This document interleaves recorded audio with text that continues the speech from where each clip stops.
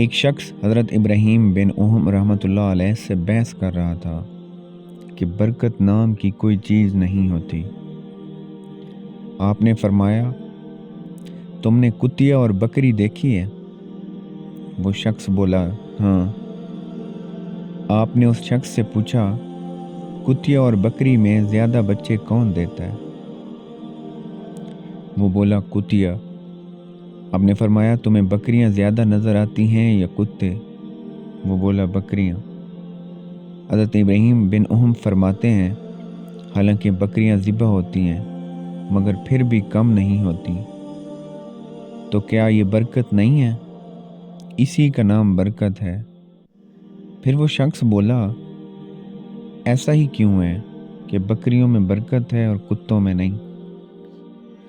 آپ فرماتے ہیں، بکریاں رات ہوتے ہی فوراً سو جاتی ہیں اور فجر سے پہلے اٹھ جاتی ہیں، یہی نزول رحمت کا وقت ہوتا ہے، لہٰذا ان میں برکت حاصل ہوتی ہے، اور کتے رات بھر بھونکتے ہیں پھر فجر کے قریب سو جاتے ہیں، لہٰذا وہ رحمت و برکت سے محروم ہوتے ہیں۔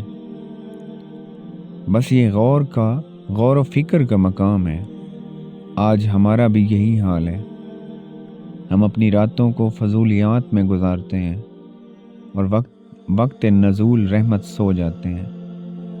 اسی وجہ سے آج نہ تو ہمارے مال میں برکت ہے، نہ ہی ہماری اولاد ہیں، اور نہ ہی کسی دوسری چیز میں برکت رہے گی۔